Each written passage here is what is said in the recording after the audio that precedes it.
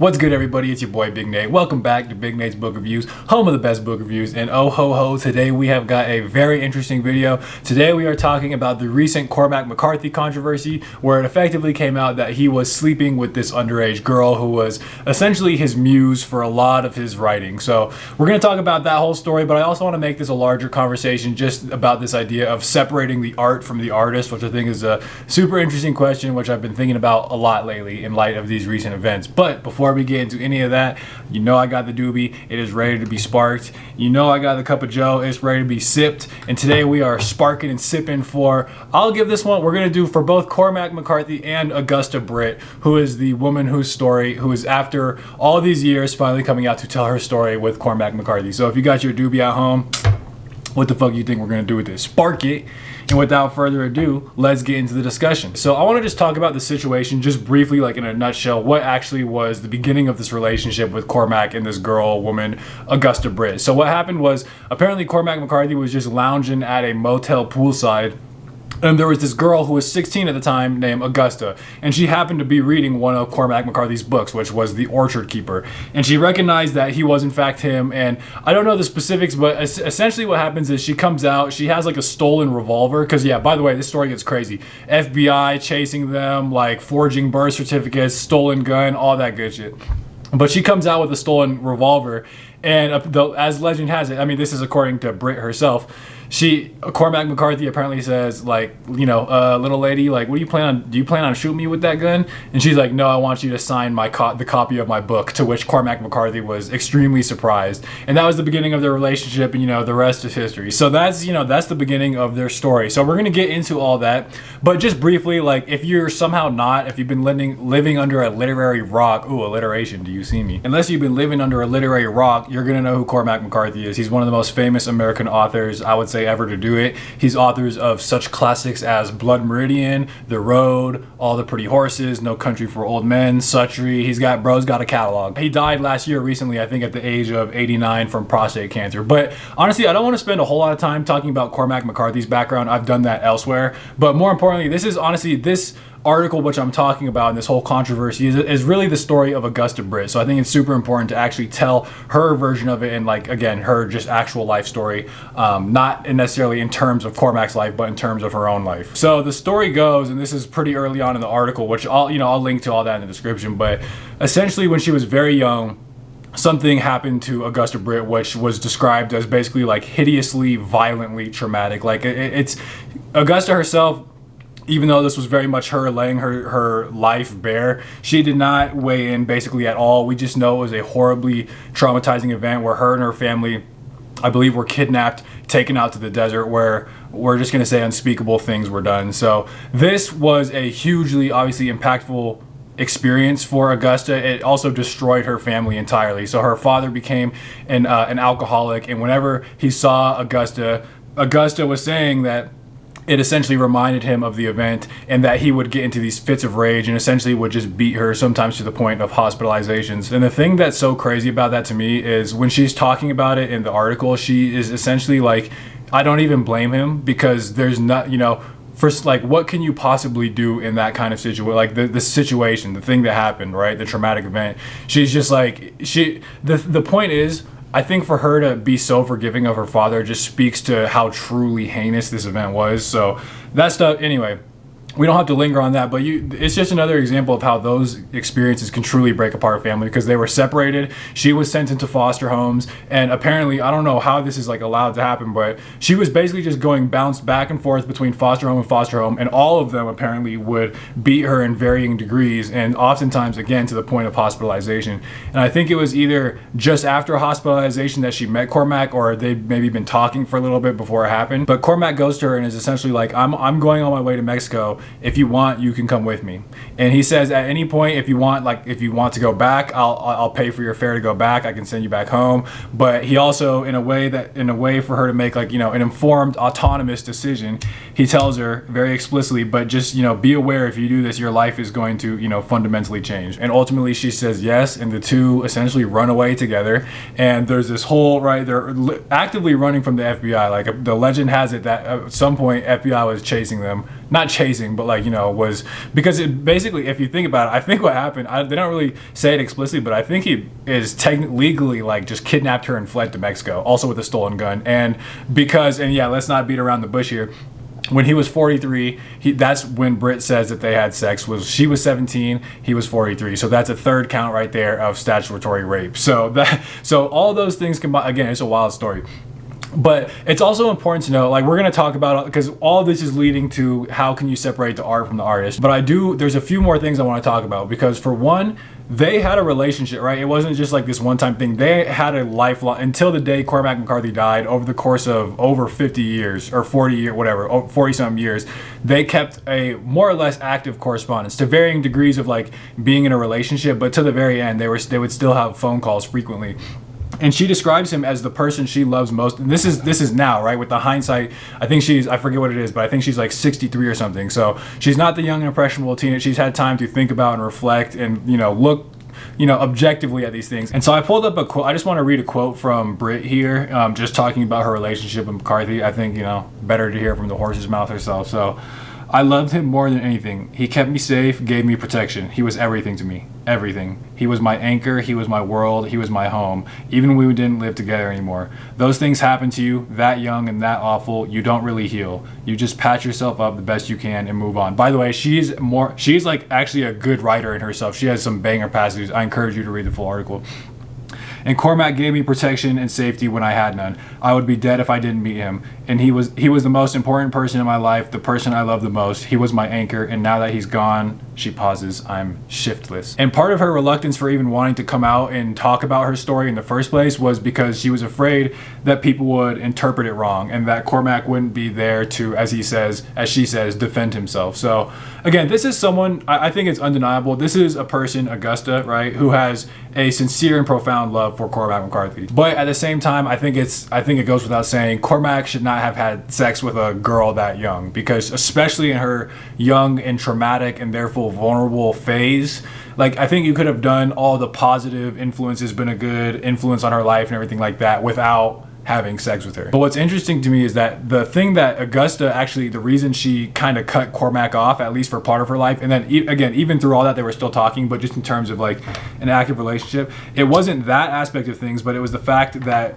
it was Cormac's writing about her. Because the influence, because when I went into this, I'm like, okay, because they're calling her muse and had a big impact, and I'm like, okay, sure, it's gonna have some impact. But when you read this, it's the parallels are undeniable. She had a profound influence on Cormac McCarthy's writing across multiple of essentially all his biggest books. The thing that she didn't like was the fact that she felt like she was being used like purely as a character for his writing, and sometimes it felt like when he was asking about her life, it almost was like he was studying a character. And when she read those characters in the book, she was sort of like, she describes it as being heartbroken in the sense that the characters that she was based off either end up in tragedy or never achieve fulfillment, or sometimes they just plain outright die. And she was basically like, is this really how you feel about me? Like, am I just some tragedy, some story to write about? So that is actually what got to her more so than anything. Okay, so I think now we can start transitioning to this idea of separating the art from the artist. And I think we can start perhaps with Cormac McCarthy himself. I was very surprised to learn, and it wasn't even this event, there's other things that I learned about him. And so one of these things is that Cormac McCarthy was, the quote from the article says, surrounded by Cadillacs and Ferraris, just basically had tons of sport cars. He gifted Britt an Escalade, I know that was in the article, and he had tens of millions in assets. And basically he seemed to be like a very almost like materialistic person, and that's not bad in itself, but that plus, first off, just the way his writing, like, and just sort of the mythology around Cormac McCarthy, even how he talks about himself and his upbringing and like being, as the article said, mythically poor. I don't know, he seems like a very simple, bare bones, no nonsense, like shuns the material. Like, you would not catch Cormac McCarthy on TikTok, but to see him similarly, it's like I wouldn't have guessed to have seen him like in a Ferrari and having multiple. So, and apparently he was also just became like a drunkard, as Britt says, like a rich hillbilly. And apparently Cormac had a favorite saying that he liked to tell her at this time, which was, it is easier for a camel to go through the eye of a needle, than a rich man to get into heaven.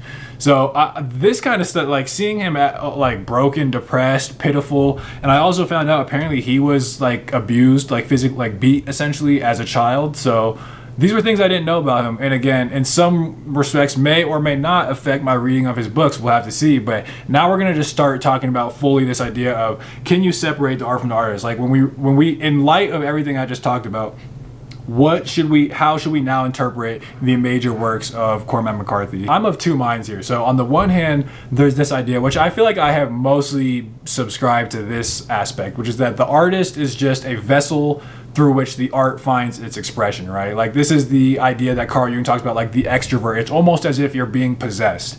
And people like, I think I always get them confused. It's either George Orwell or Orson Welles. He talks about how a novel is essentially like this disease that needs to be expunged. Like the process of writing a novel is exhausting and it's arduous. And it's because there's this external force that's like working through you to produce a piece of art. And also once the art is published, it's completely independent of the author. And what comes to mind to me is things like the Odyssey and the Iliad. The beauty and the truth of those two books, for instance, or even like Don Quixote or Anna Karenina, really any of the great works of literature, they seem to be like, I don't care who Homer was as a personality. That should not, and I don't think ever will, affect my reading of those books. But on the other hand, the artist really can be think of as the ground from which the art actually grows. Like to say you can separate the art from the artist is almost like saying you could separate the plant from its external conditions, like the soil and the weather. Like the two of those are inseparable. The plant could not exist without the life experiences and thoughts and attitudes and behaviors of the author themselves. And this is a tension I'm not sure quite where I land on this.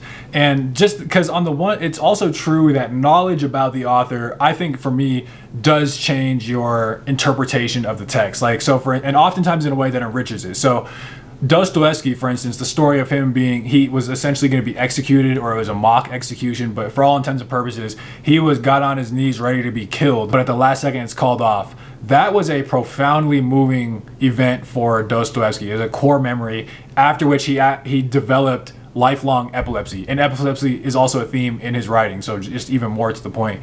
But that is one of those experiences that I think really does change your reading of Dostoevsky. Or that's the thing, does it not? Is it a cool fun fact but shouldn't affect your reading of any of Dostoevsky's books at all? Another example of this is Ernest Hemingway, who it's largely believed has erectile dysfunction, which when you understand that, makes a whole lot of sense when you read the love and romantic relationships in his books. And also F. Scott Fitzgerald, apparently he was kind of like a cuck, and I think in him and his relationship with Zelda, yeah, crazy name, was extremely toxic and this, that, and the other. So the lore behind that, I don't know, I feel like it does kind of affect my, like, because when I see it in the writing, I recognize it. And the problem is when the author has basically something essentially like an immoral background. So an example of some that also exists today along with this recent Cormac McCarthy scandal is Sherman Alexie, who is a very famous Native American writer who has been accused of essentially of sexual harassment, and he's even kind of like softly admitted to this. He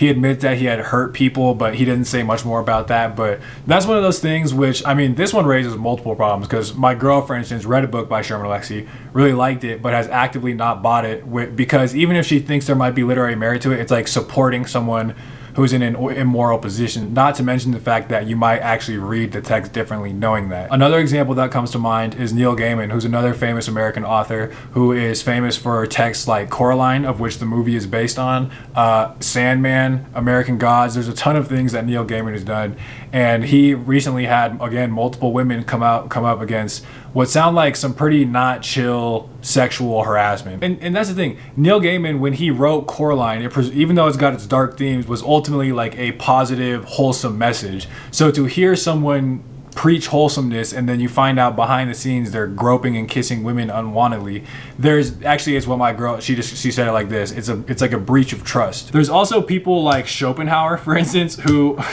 he may or may not have thrown an old lady down the stairs and may or may not have had to have pay her every month like in reparations, and he may or may not have rejoiced when she like died. So on the one hand, Schopenhauer is a douchebag as a person, but I love, quite frankly, I love his full. That's something that you have to do more than throw an old lady down the stairs. Schopenhauer is too fire. Another person that comes to mind is Thoreau, because in Walden, the premise is he went out, and I think he's supposed to have built the cabin by himself, and he stays there and he roughs it out in the woods.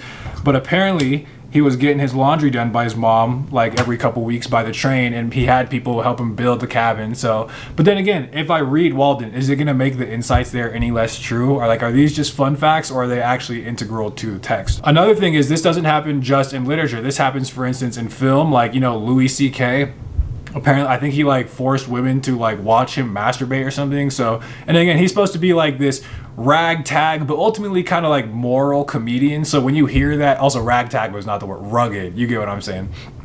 When you hear him do that, it's just like, oh shit, like you can't think of Louis C.K. kind of like as a good guy anymore. So when you watch his comedy, and especially because the comedy, there's no character, you are who you are. But anyway, there's that. Kevin Spacey, the whole thing where he was, I think, like assaulting young boy minors. That's one of those two that I feel like I can't look at Kevin Spacey without thinking like, okay, that's actually the face of like a creep, not, you know, this cool like, you know, House of Cards motherfucker. So, and then in sports, I know there's multiple players who have been accused of like domestic abuse or exposing themselves that still play on Super Bowl winning teams or are also like, you know, news talkcaster. It's almost like if you're good enough at your craft, we'll let it slide. Because for instance, I don't know if this changes anybody's thoughts, but people like Leo Tolstoy and Dostoevsky, just that whole time area, it was like when you read the books, the brides are like 16, 17, I feel like sometimes you can even go younger, but Tolstoy himself married an 18-year-old girl. And I think he was almost 40. So does that change our reading of Tolstoy? How much does cultural context weigh in here, if at all? And just in general, what do you all think about separating the art from artist? I think ultimately it ends up being just a personal preference. I don't think there's a right answer. I just think some people are better or worse at ignoring that autobiographical element in their reading of the text. And I think that's ultimately like what decides whether or not you should separate the art from the artist. But I hope this stimulated your thoughts. Let me know in the comments what you think about where do you fall on this spectrum, your thoughts on the Cormac McCarthy situation in general, or just anything I've talked about. Also, if you're a Big Nate gang and you have not got to the second channel, the Big Nate Review, then you're not, that's a logical impossibility, then you're not Big Nate gang. I just posted what basically was a book review on Frankenstein, talk about banned books, nonfiction versus fiction. You know, it's getting lit over there and I got more stuff to do. So anyway, thank you for watching Big Nate's Book Reviews. Follow me on Instagram at Big Nate's Book Reviews, and thank you for watching Big Nate's Book Reviews, home of the best book reviews.